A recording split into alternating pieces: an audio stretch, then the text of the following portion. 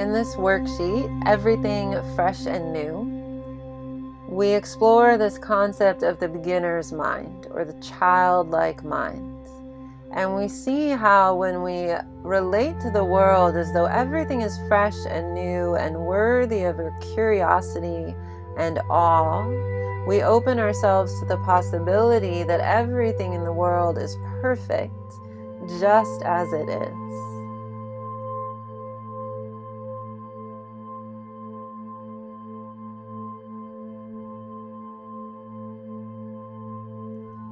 So before we begin, let's just check in with our current state of mindfulness. Are we right now, or have we been mindful today of the heart, the mind, the body, breath, and our environment or the space around us? Right? What's going on? And then we'll check into with why it is that we chose this topic. What about everything fresh and new drew you in? And notice whether or not you already have kind of a positive or negative story that you're telling yourself about this topic.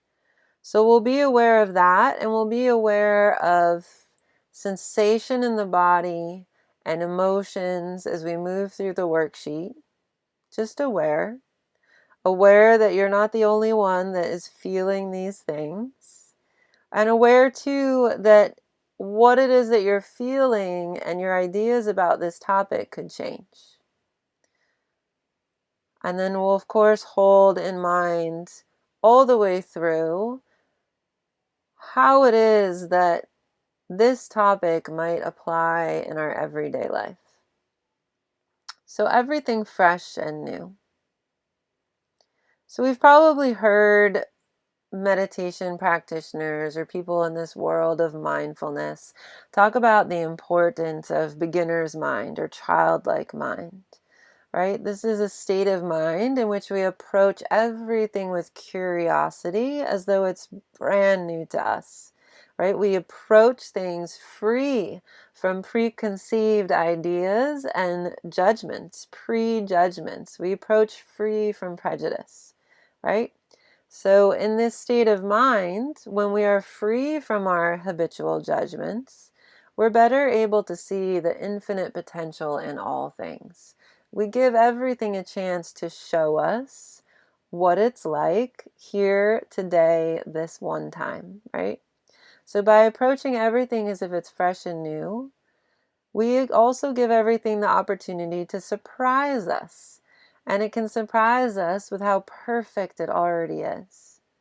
Our prejudgments, our prejudices, they are so strongly ingrained in us that we often aren't even able to see that we have them, right?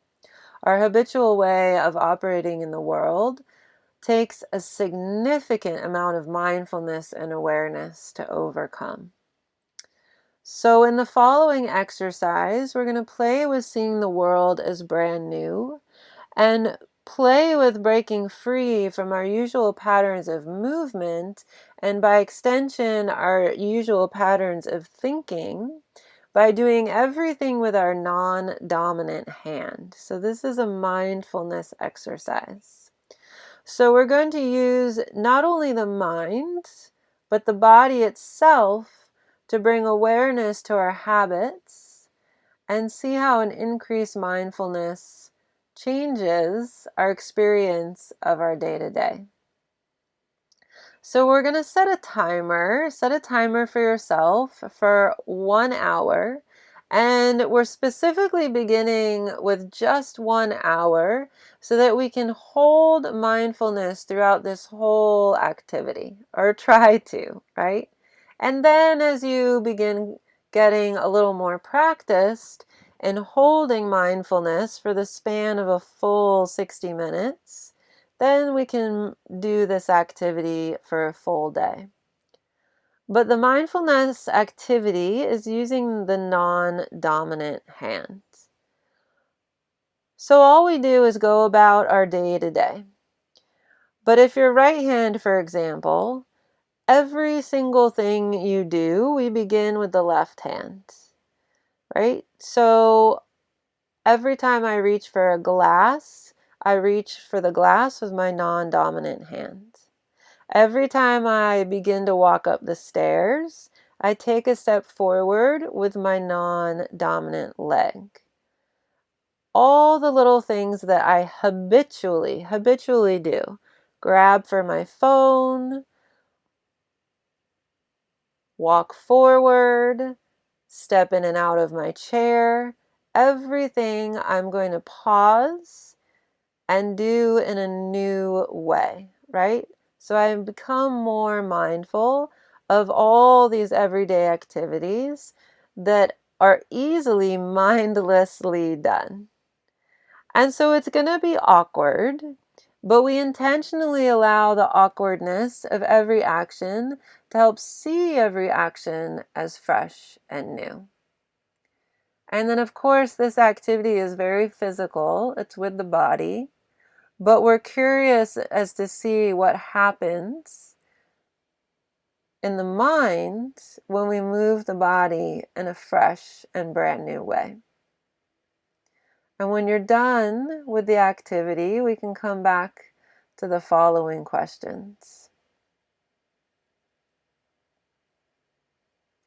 So describe in general your experience with leading everything, all your actions with the non-dominant hand.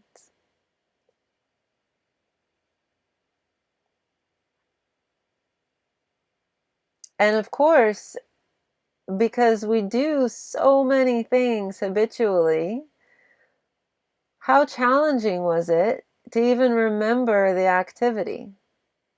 How challenging was it to act with your non-dominant hand? And that's part of the mindfulness too.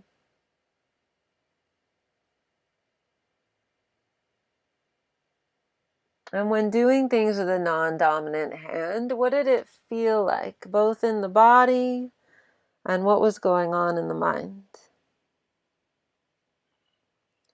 Did you perhaps notice things about the activity or about your state of mind that you hadn't noticed before?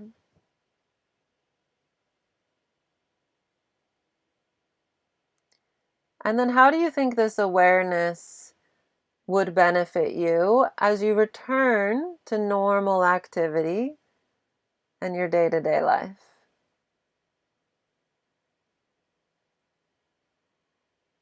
Did you notice that doing things differently also contributed to seeing things differently? Thinking about things differently?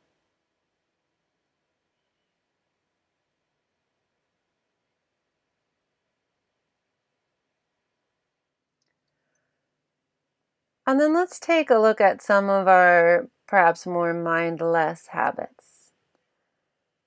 Have you ever judged someone, for example, because they reminded you of someone from your past? Have you ever had a stranger or an enemy who one day became a friend?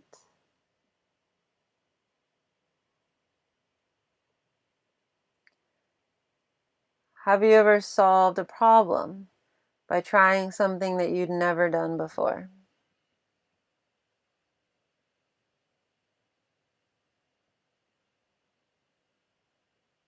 And then what would it feel like if you could move through your day with no prejudices,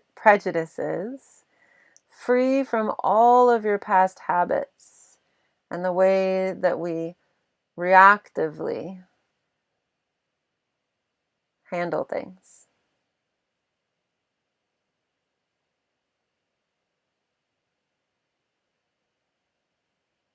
So in other words, or maybe differently, how do you think living with a beginner's mind would be of benefit to you?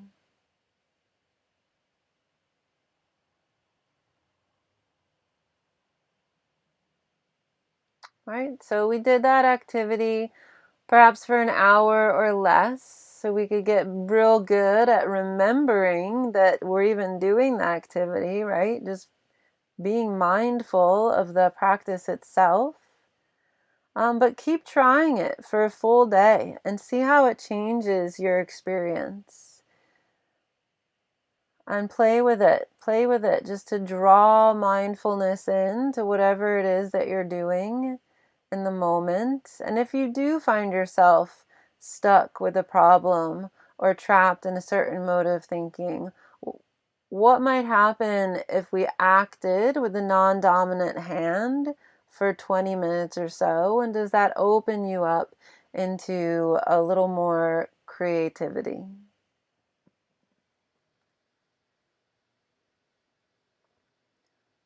So the goal is really to call awareness to our habitual actions. And we begin by doing this physically, but ultimately we're calling awareness to the habits of the mind, right? So the way in which we physically move through the world and the way in which the mind sees the world are equally loaded with these habits and these assumptions and these prejudices. So by taking an extreme action, by physically moving with the non-dominant hand, leading with the non-dominant side of the body, we can begin to break free from these judgments and in the least, call attention to the fact that we do a lot of things mindlessly, right? When we judge the world and the people in it, we only give them permission to show up in one way.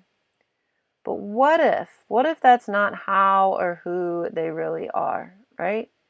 If we could learn to move through the world completely free of these judgments, move through the world with open curiosity, we give the world permission to show us how it is in each and every moment. And in that spaciousness, and we open up to the potential that the world is a lot more perfect than perhaps we previously realized. So play with the activity and see how it is that it changes the world for you.